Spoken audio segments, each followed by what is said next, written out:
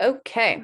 All right. Hello, everyone. Sorry for the snafu on the Zoom link. We have not worked out the kinks for folks to take needed summer vacations and have Zoom work without them starting the meeting. So apologies for that, but we are going to record this meeting and conversation. And if people have public input, please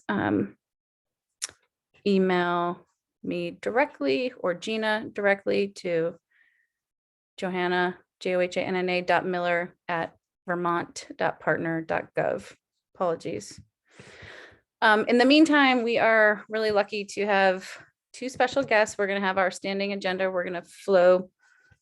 I'm going to drop the standing agenda into the chat, but we're going to start first with our special guests, Amanda Carlson of Capstone and Jordan Giaconia of Vermont Businesses for Social Responsibility, who are doing some really important work in partnership with the Energy Action Network and Network Action Team, looking at transportation, clean transportation, and transportation equity. So I'll let you introduce yourselves, and then if we can just spend a little bit of time hearing about your project. I know you sent me directly, Amanda, and I'm sorry I wasn't able to dig into it or share it with others yet. But you had some questions. Maybe we can just spend some time. It seems like a very good use of time to dig into those questions collectively and just learn more about the project. And then we can spend the rest of the meeting going through our standing agenda, which is really talking about ongoing public engagement and then filling the policy and regulatory space, but that needs to be informed by public engagement. So this is very timely conversation as we ramp public engagement around advanced clean cars and advanced clean trucks, but around transportation more broadly. So Amanda, do you want to take it away, or Jordan? I'll defer to you. For the record, my name is Amanda Carlson, and I'm a project manager at Capstone Community Action in Barre, Vermont, working on climate-related projects. And I'm part of this EAN Network Action Team. And our network action team is called Clean Transportation Equity.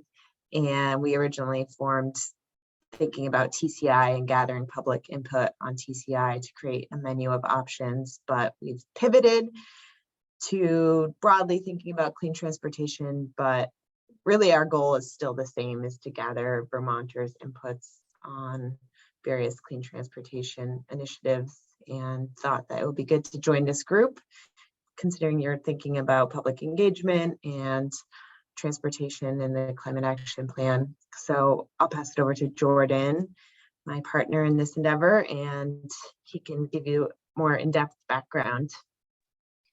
Thanks, Amanda, and howdy y'all. Good afternoon. Good to see many of your smiling faces. So I'm Jordan Giaconia. I'm the Public Policy Manager for Vermont Businesses for Social Responsibility. We're a statewide business association, about 650 member businesses looking to leverage the power of business for positive social and environmental change. So I know Amanda mentioned that, this has been, this particular network action team has gone through a couple of different iterations. I think for folks who saw us from sort of start to finish, we really did start off more so not talking about whether or not Vermont should join TCIP, but more specifically what the benefits of that program would be and who the beneficiaries would be. But obviously with that change into TCIP now being sort of temporarily on ice, hopefully, we had moved toward more of a focus group model. So the idea was to hire a third party to help to facilitate a few regional focus groups, looking to assess Vermonters' both barriers and challenges to accessing clean transportation options. And when we say clean transportation options, we mean anywhere from e-bikes and bicycles to walking into your downtowns, to accessing electric vehicles or light to medium duty vehicles.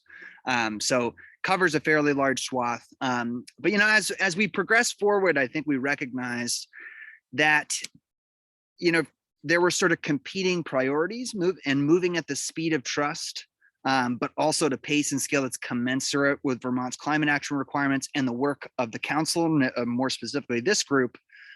We decided to opt toward a sort of a community re-granting model.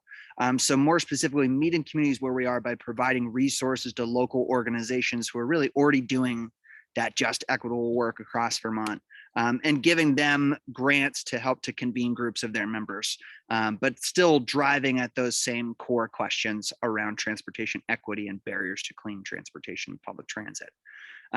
So that's a little bit of background to give you sort of a sense of what we're driving at here today. But I think what we're especially interested to hear from you all on is sort of how this work can be complementary to the work of the Climate Council, and also just to do sort of a quick run through of the suite of questions that we presently have, or that we put together based on feedback from some of the folks that we've already partnered with on some of these focus groups and off of our action team themselves. Did I miss anything, Amanda or Cara? Cara Robichek from Energy Action Network. I've been working with these two on this project. I think it's worth saying that we have 8 different community groups who have put in a proposal and who we've decided to work with on these. Each one will do a focus group of about 10 people. And they're from all around the state, mostly the central northern part of the state, but they're geographically diverse, age diverse, disability diverse, income diverse. And I think it's going to be very helpful. So we are meeting with those groups on Thursday of this week to finalize the questions. And we wanted to get your input before we finalize the questions. So that's sort of where we are in this process.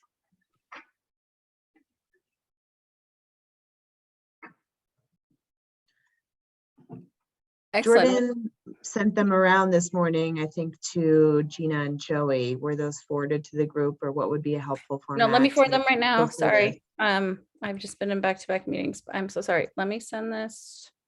You're good. We could also do a little share screen, or That'd be great. I can enable that. Do you want to do that? And we can also send them to people. And let me enable you to share screen, Amanda.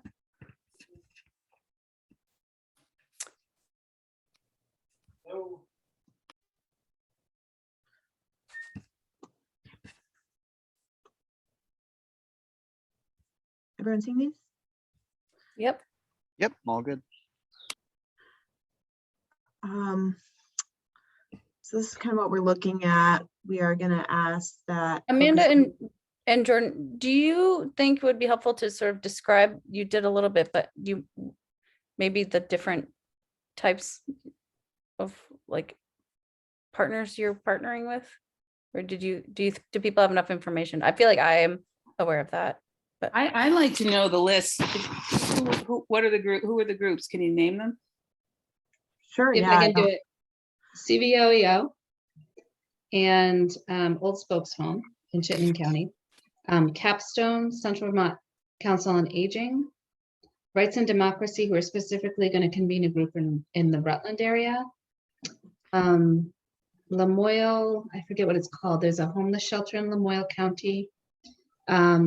There's a community hub in St. John's Bury and Vermont Center for Independent Living. I'm missing one. So did I hit them all?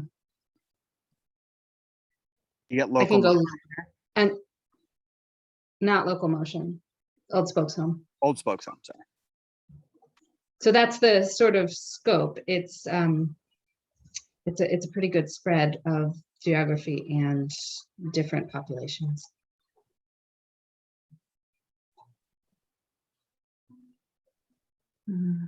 Yeah, I think that was it. So these groups are gonna host the focus groups in July and have a report to us back in August, which will kind of summarize their findings. They're also gonna record the sessions. Some of them are gonna be in person, some are gonna be virtual. So we are allowing a degree of flexibility in terms of the questions that are pertinent to each organization. But we are going to ask some background demographics questions to kind of get a level set of data. Would it be useful for the group to have a couple minutes quietly to read the information? I mean, I think that the demographics information feels pretty solid and pretty standard. I think that the deep question is, are we getting the focus questions right? And I don't think we have them right yet. So it would be really helpful to have your thoughts on the actual questions that these 10 people are going to be sitting with and discussing, and how do we get really at their needs for clean transportation. And I'm happy to have feedback on the demographics questions. They just feel a little bit less Sure. like I there's agree, less. Carl.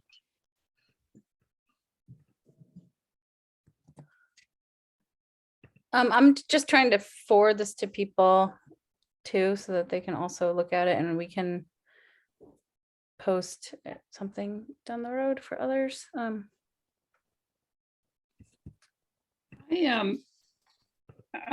would like to see that, ask them how they get to work, how they get access. Before you start assuming they walk or they take the bus or I would say, can you afford a car? How do you get to work? So that's the one thing that is in the demographics questions, Gina, that was in Oh, here. okay. We started with that, but then Those. we're actually having them check off how often, like there'll be a grid. How Okay. often do you walk? How often do you drive? How often do you ride a bike? So that we can get Okay. that piece Okay. as part of the survey. Sorry, I jumped right into. Well, that's perfect. So I'll take a look at how you're setting that up, because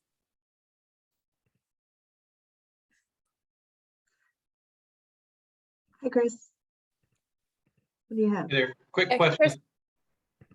Is there Go a ahead. question in there about, are you responsible for the transportation of anybody else, either in your household or outside your household?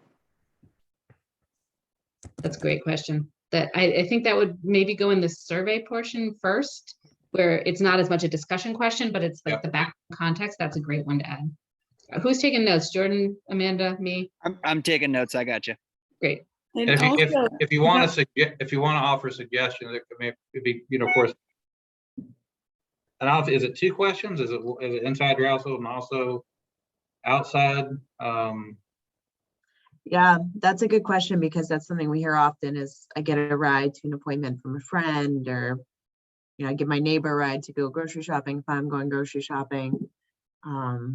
So it could be, how often do you give a friend or family member a ride? Something like that.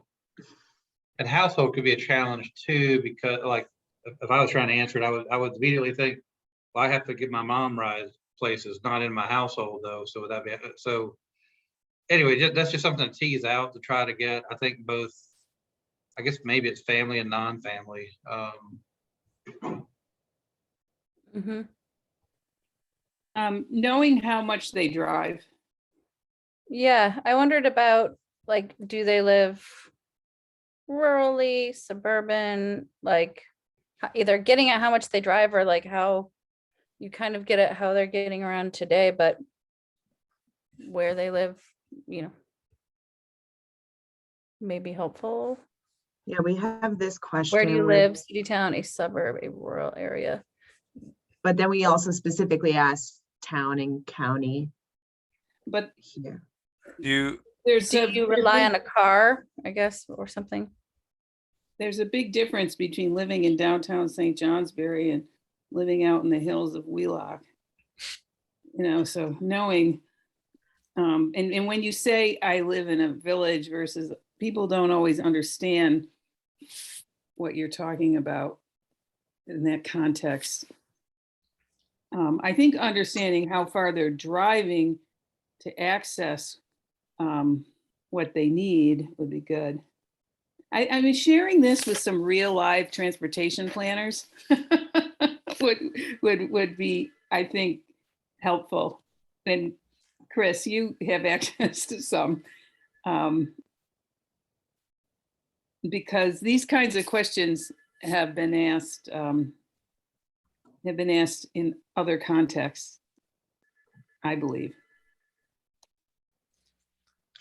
Is there Um, a question that gets at cost or how much they spend? And Cara, your point about the grid, like maybe the grid system might work for that as well. Like how much are you spending, for example, on gas or public transportation? Obviously, it's a lot more if people are driving now, but could be worth knowing. Yes. And have their transportation habits changed in the last 6 months? Yes, we kind of get at that with the COVID question, but we could get into that more with we could talk about through COVID and through the increasing prices of fuels. Mm-hmm. Yeah, if you know how far they're driving, you can start to calculate the costs. So if someone says, I have to drive 20 miles each way to get to my job at the hospital, then you can start to understand that. If you just have mileage. Depending on the vehicle And though. also overlaying where, if transit service is available in these various places, that would be good to know versus where it's minimal. You know, establishing that there is transit service. Yeah, maybe was that like with the location of where they live, give us that information. And then you could, overlay a map of existing transit routes with Yes. a map of Vermont Yeah. with dots of where respondents or participants were from. I guess, I think our team's thinking was that we'll get a semi-brief demographics overview, and then we were putting a lot of our thought into, what discussion topics for a more focus group setting. I don't think we put the full effort into having a very comprehensive transportation needs assessment, which is why it might be looking a little light in terms of really Okay. in-depth questions about, mileage, travel to work and transportation burden. I think that's something maybe our team needs to consider is Yeah, the I mean, in the balance of beginning, it full-on was survey versus focus group.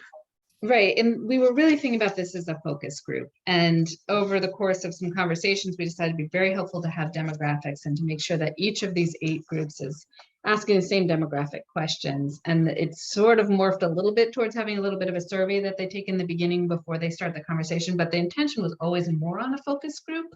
I suppose we could be nudged in a different direction, but that was the intent in working with these community partners.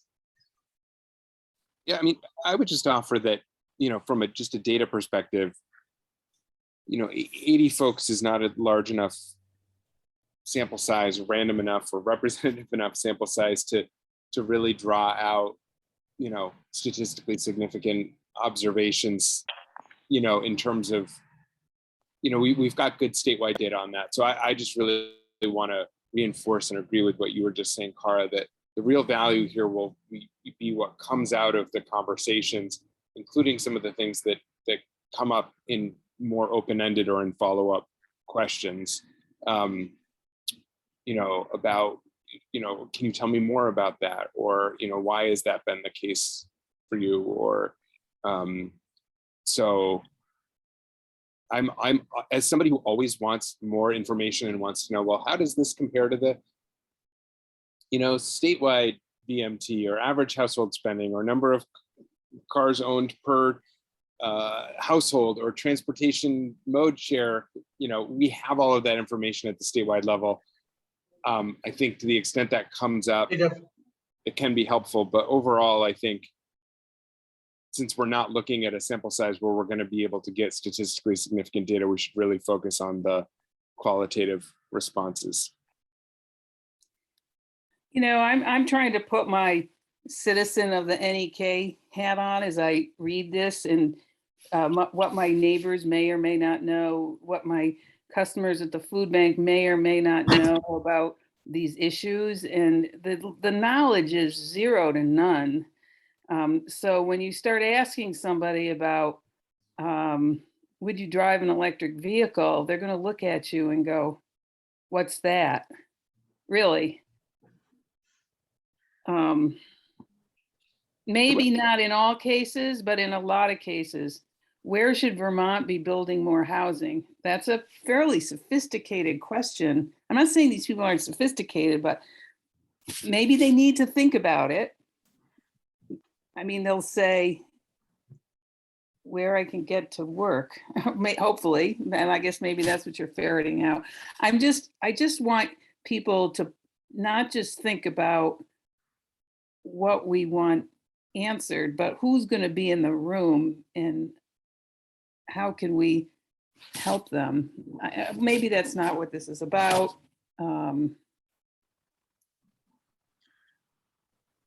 I would be me- really interested in knowing what people's transportation challenges are and exploring that.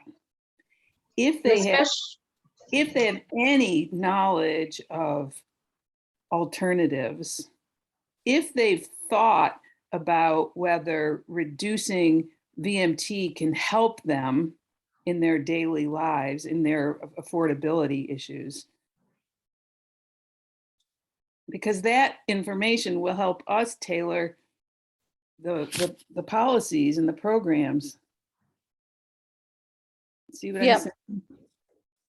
I mean, one of my questions was, I mean, I think we go in assuming a level of sophistication. Most Vermonters are thinking about this, like, but when I looked at the EV question, if available to you, would you drive an EV? What are the biggest obstacles to you being interested in or able to drive an electric vehicle? Like, I want to get at like their current construct, and then how do These you are break people down that how do can't you break even down those afford a car. barriers? Yeah, I mean, assuming someone can afford a car, which is, Well, right, which is one of the reasons it would be helpful. Do you own or have regular access to a car? right, right. Do we have that up there? Yeah. Transportation.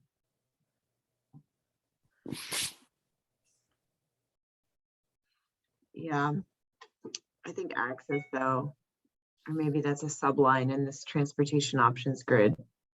Mm-hmm.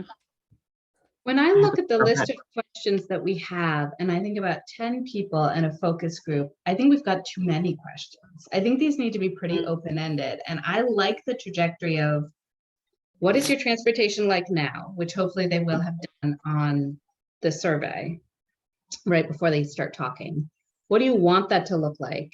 How has COVID changed that? What are your challenges and how has COVID changed that? And maybe how increasing gas prices changed that. Yeah. And then explain the goal. We have this big goal of reducing our greenhouse gas emissions. We have to do something in transportation. What would you do? What are your options? And I don't know that we get into the other things. I think we see what arises because I don't know how you can walk through this many questions with 10 people and not feel like it's going to be 10 hours long. Perfect, Kara. I agree. You just said what I've been swirling around in my head. Yeah, I mean, that makes a lot of sense to me. I would say they need to know that these are not goals, they are requirements. Like, yep. Sorry, Joey. Nope, it's okay. And then I guess I like some of the open-ended questions. I don't know about where should Vermont be building more housing. Yeah, that was kind of like a roundabout way to try to talk about smart growth. So it was sort of it's a little half baked. And I would note to you all too, and I appreciate because in talking with some of the groups who are set to facilitate these focus groups, we've run into that issue of sort of different levels of competency around certain issues. So one thing that we're definitely driving home, want to drive home with this group and with you all, or with the sort of facilitators, is that there's some element of creative license to how you phrase these. So the idea is we'll be working really closely with the facilitators to make sure that we're putting this out in a digestible way, but this is immensely helpful. So.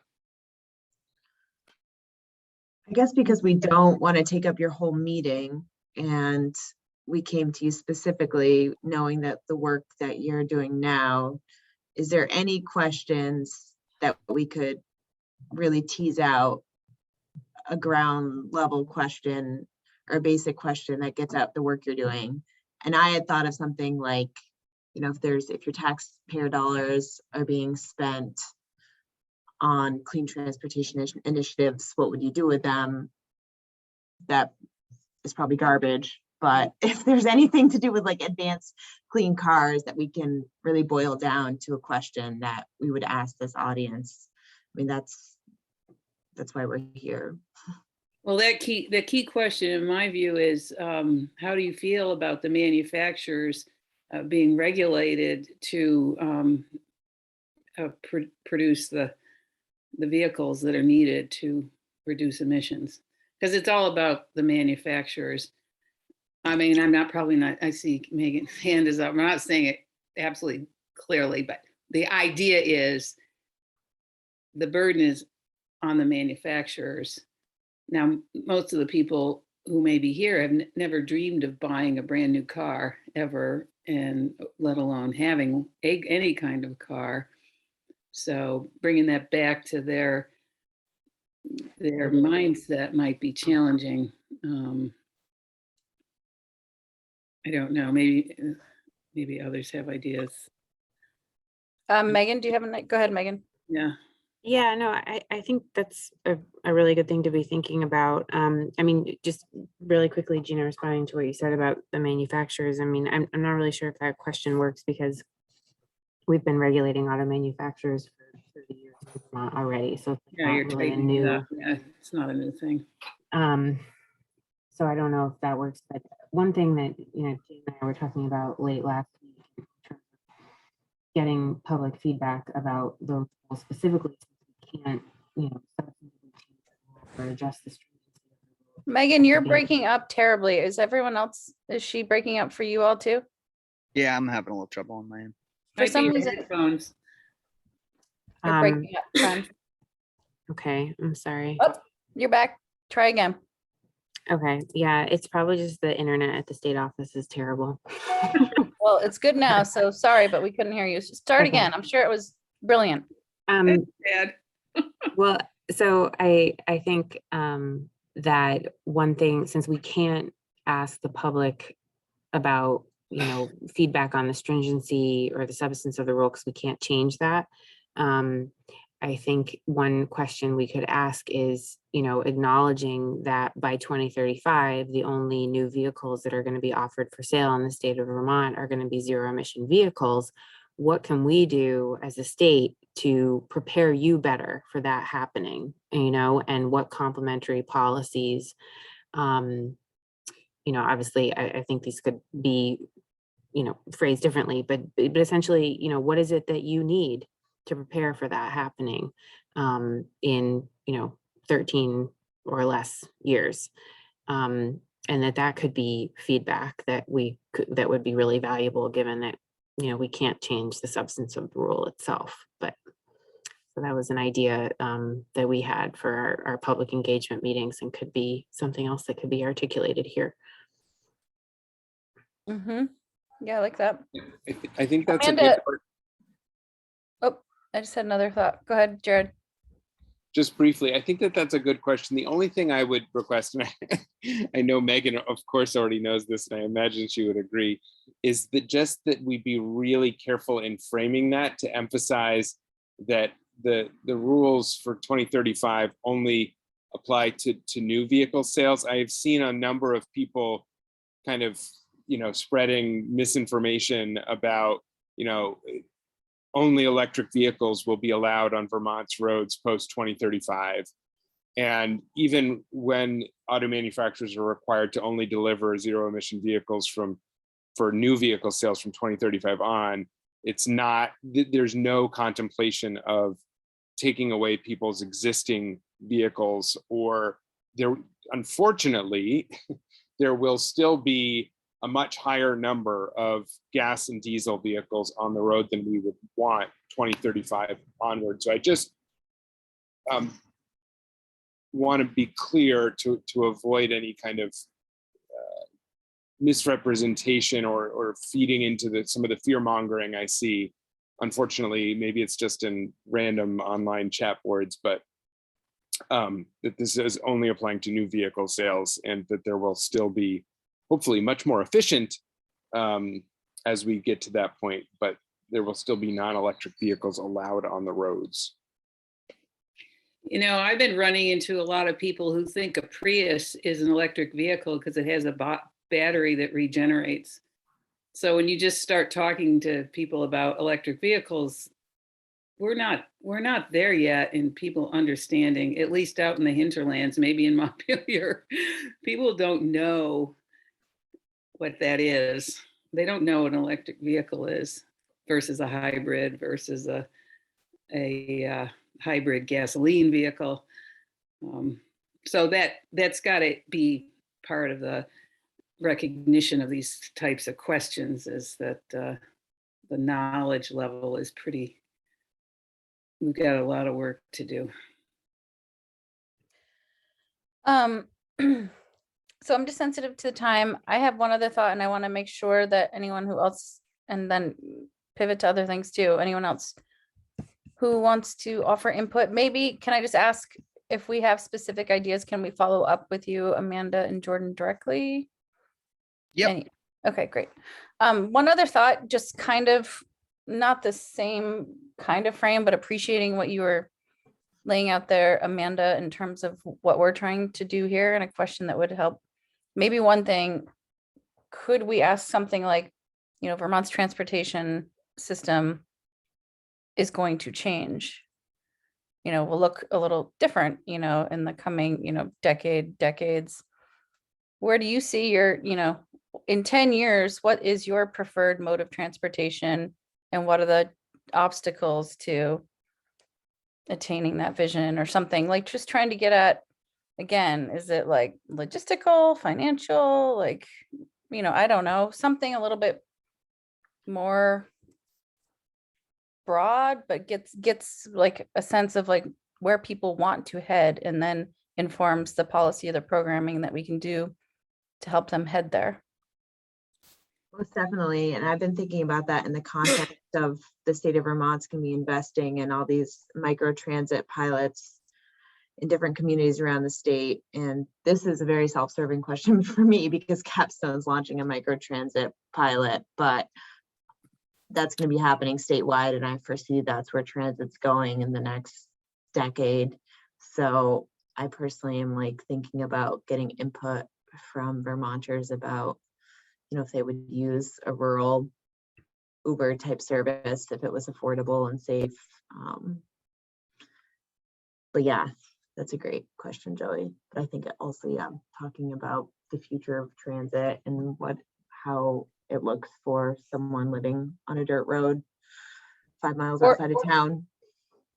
Or ask them like the 3 fundamental things you need to get where you need to go, like just a more broad, open-ended question, like, you need the money to do it, you need a vehicle, you need, I don't know, just so. Yeah, I mean, keep in mind that VTrans is spending tens of thousands of dollars on a long-range transportation plan that is digging into these issues. Now, are they reaching out to all the appropriate groups? I wish Andrea were on the call, because she could tell us a lot about what's going on, and maybe Chris knows.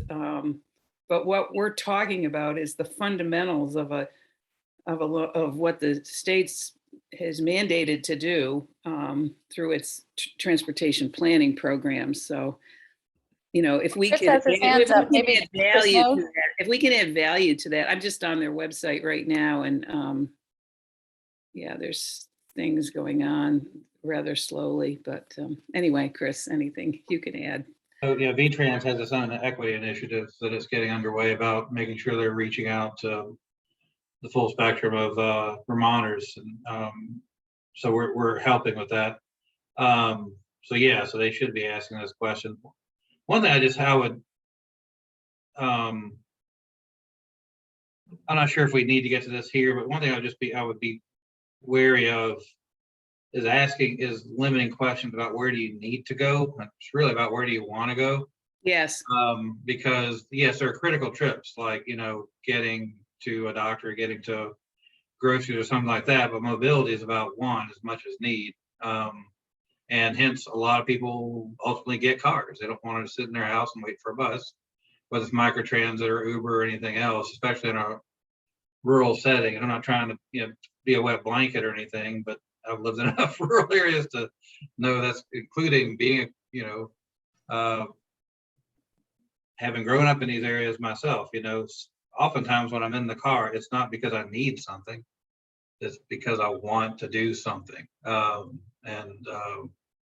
So that's, I think I don't know exactly how you factor that in. Frankly, I've never seen that on a train. I'm sure I've seen something to that effect on a transportation survey before, but when it comes to preference, the mobility preference, right? That's like, walking, right? It may be an option, but if it's not like a pleasurable option, you're not gonna do it. Same thing with transit and other things. So anyway, I don't know if we need to get to that, but it's just something to have in the back of our minds about what choices people are ultimately gonna make. One thing I just, because this is a transportation group, I'm just gonna throw this out. I hope to goodness there are a lot of people researching right now what the current gas prices and diesel prices are, to what extent they're influencing behavior. Because a lot of the research I've seen there's some on the margins, but for the most part, what I'm hearing in the news is it doesn't seem to be changing behaviors that much. And this is a real good live drill as far as like what a carbon tax on gas on automotive fuel would cause in terms of driving choices. Of course, there are a lot of the lack of availability of used cars and more fuel efficient vehicles and all, and the cost being so high is going to factor into that too. But I hope somebody is doing some kind of multivariate analysis looking at how we're behaving at this time, because I'm pretty damn sure that a carbon tax was never going to be this high. Nope. Vermonters would be in a different, better place if we actually acted many, many years ago. It's a good point. I don't know who's doing that. I certainly hope someone is. Anecdotally, Mileage Smart is almost twice as busy. And I think that's a great point though. Chris is asking about what sort of trips would you like to be taking that you're not, because I think medical and food trips are often the necessary trips that are covered by existing services through public transit agencies, but don't necessarily contribute towards people's quality of life. So like going to a birthday party or a hike, something like that.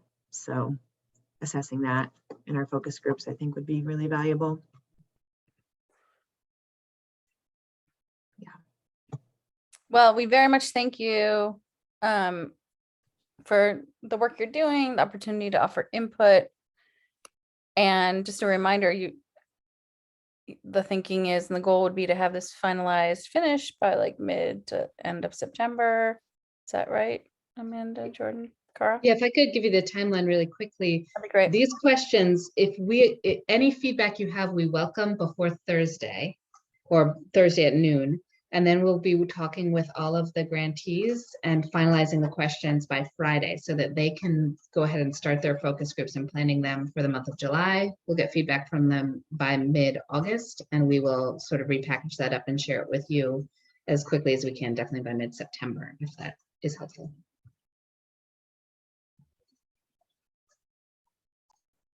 That's great. Cara, do you want to drop your email in the chat, and do you want to be the primary point person if people have any feedback?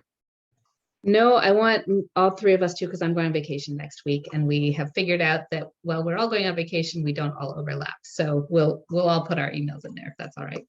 That's great. Thank you. Okay, this is really excellent. Thank you guys so much.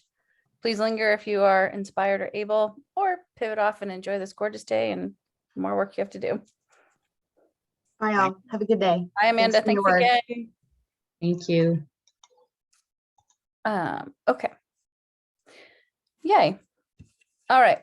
So going back to straight up agenda.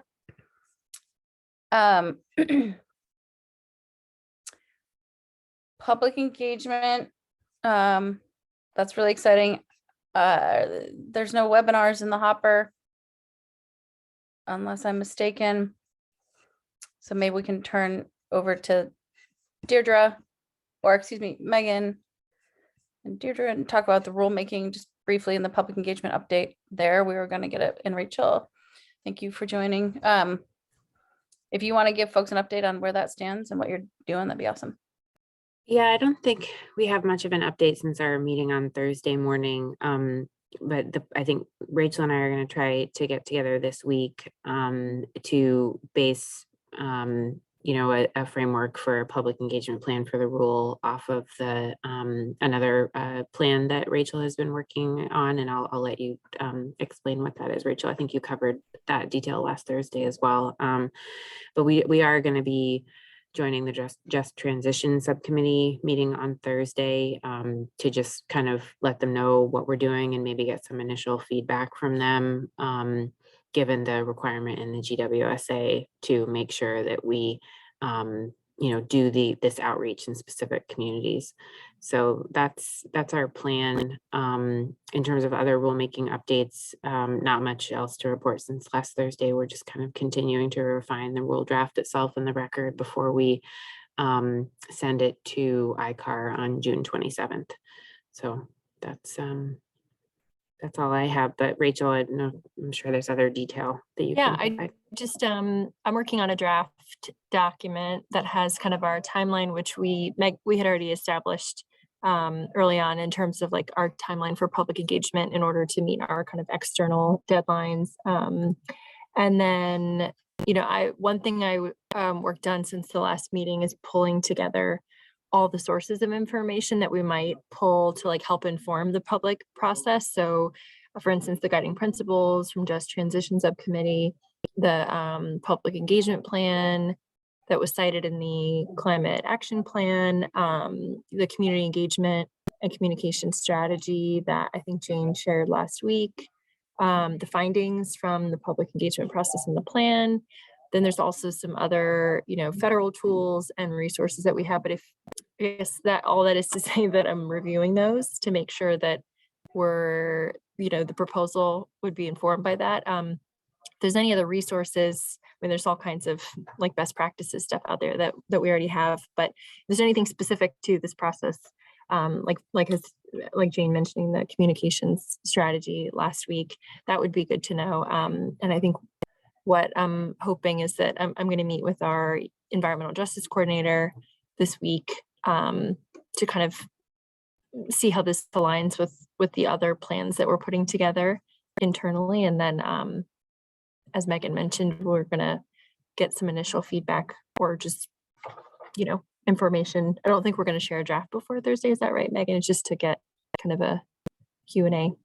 Yeah, I think so. I mean, if we can share whatever we've kind of put together at that point, but I think you're right. It probably won't be a full draft. Yeah, but we're moving quickly. And I'm working on a draft document. And as soon as, we feel like we have some, I'm also going to maybe propose some areas and communities based on some of the other work that we're doing internally. So hopefully we can have something to react to in that way. But yeah, so stay tuned. We are actively working on it. And if you have any, as I said, resources that you want us to consider, feel free to send to me and Megan. I think whatever, there are slides and we could do some digging around that shows the relationship between the rule and the cap and how important that context is of the cap.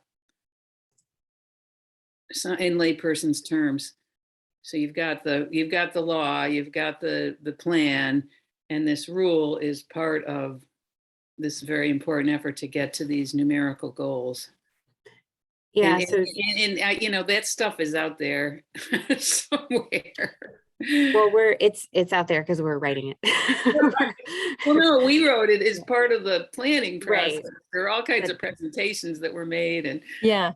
Well, just to be clear too, I think what we're like planning for the plan. We're like trying to map out, what we think we need for public engagement, and not necessarily putting together the materials like this week, even though Megan and I have been actively working on that, and Deirdre for a while. But I think that our high priority for the next 2 weeks is to identify the locations for public hearings consistent with the plan. So that's, if I had to hone in on a specific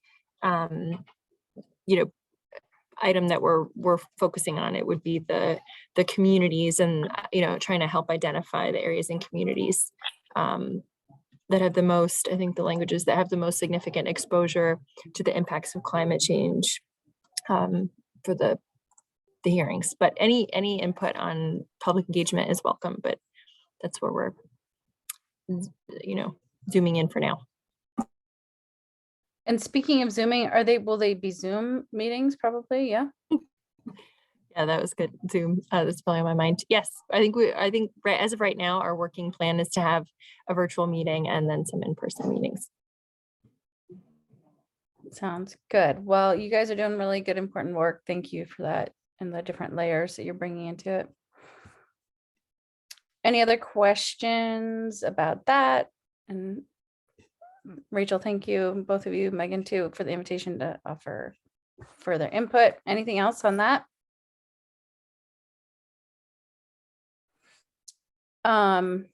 Next thing on the agenda, although I don't have enough input, is the technical analysis update and next steps. Is anyone prepared to offer an update in that arena? Sounds like there's some AOT and A&R maybe finding funding, but I am dangerous. I know little to nothing about it. Nothing. So maybe we have to hold that piece of the agenda for another time. Is anyone working on that, Megan? So Joey, sorry, can you just say again what the specific pieces? Is this the CRP and like transportation analysis? Is Yeah. that what you're referring to? Okay. And finding the funding to do the analyses that we need. Yeah. So Andrea is at another meeting today and tomorrow, and so she couldn't join us, but she has been leading kind of the redevelopment of the transportation analysis RFP in the form of a scope of work that would meet the needs of the carbon reduction program that VTrans in collaboration with other state agencies is now required to do in order to receive, the funding, the ARPA funding that is set aside for carbon reduction. So she is currently refining that draft scope of work, and I understand is hoping to share it with, I believe VTrans, has a process in mind, and I'm going to get it wrong. So we should probably wait until Andrea is available to speak to it. But that is kind of, I think, the new path for that analysis to occur. And because I think she's still refining it, I'm not sure if she's been able to share the draft, but it's my understanding that it's very much based on, our original transportation analysis RFP to try to get at that work, since we weren't able to get enough funding through Climate Alliance. So this is kind of plan B. So hopefully we can get another update from Andrea on that next week. Great. Well, that's promising. Thank you. Mhm. Is there any other updates that people want to share? Any other input or anything else? I don't know, Chris or Sebi coming from Just Transitions, or anyone else that wants to share any updates that they think would be relevant as we figure out. Chris, you're so good at raising the hand. So we worked it out to where Megan, thanks so much for, she's going to be presenting the transportation aspects of the climate action plan to the transportation planners at their meeting on Thursday. So that worked out quickly. So thanks so much for doing that, Megan. Something I would like to suggest, this is going back to putting on my landscape architect hat. It might be worth, I'm not sure who would do it. I don't have time to pull together, but the importance of transportation design and affecting transportation mobility behavior. Again, it gets back to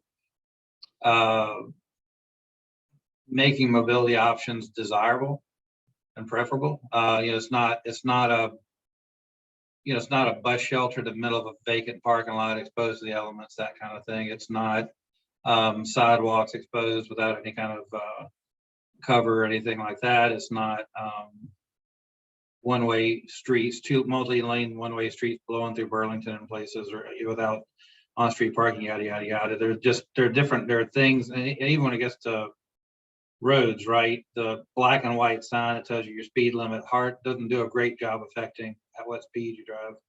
So I just thought it might be interesting at some point to have someone look at kind of the behavioral aspects of transportation choice and willingness to switch. EAN or others may have already done this as far as like what drives people ultimately to choose and commit to electric. But then also, like when it comes to walking, biking, transit, what are those aspects of it that make people actually want to choose that mode of transportation?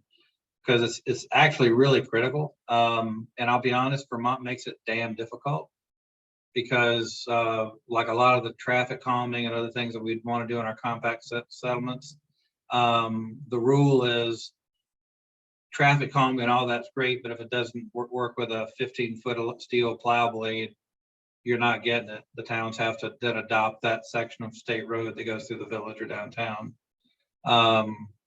And so that makes it really difficult to institute some of these things. We got to figure out a better way. But anyway, I'd be happy to work with somebody on that. Maybe, I don't know who the landscape architect is at V-Trans now. Maybe there's somebody we could, are you it, Gina? Where's your sister? I recommend that you read Julie Campoli and Beth Stone's first book on this subject that was written in the 90s. It still applies. Take a look at it. I can get links to where you can get a hold of a copy if it's still in print. I'm sure there are boxes of it somewhere, but it covers a lot of what we're talking about. Yeah, because it really does make It really does.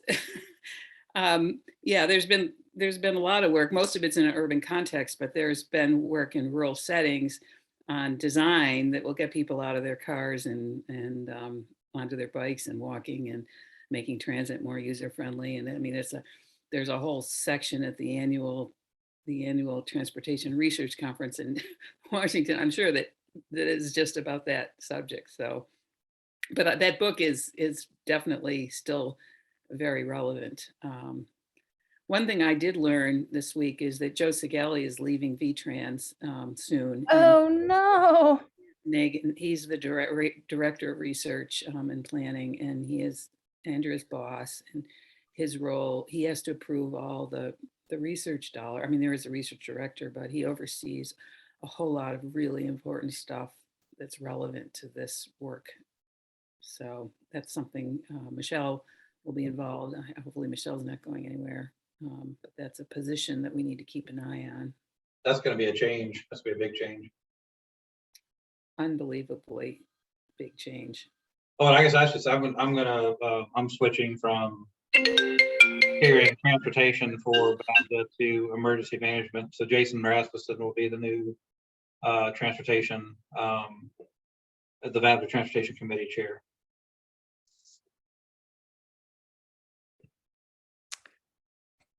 Okay, changes afoot. Oof. Okay. Well, Chris, it's a good idea. I don't know if you got any takers, but can we keep that out there in the ether as something that seems, yeah, important to analyze and explore? Thank you. Anything else? Okay. Well, get out there and enjoy this absolutely gorgeous day. And sorry for a little bit of the snafu in the beginning, and hopefully I can figure out how to move this recording off the cloud and to somewhere else. Thanks all. See you in a week. Take care. Thank you, Joey. Bye.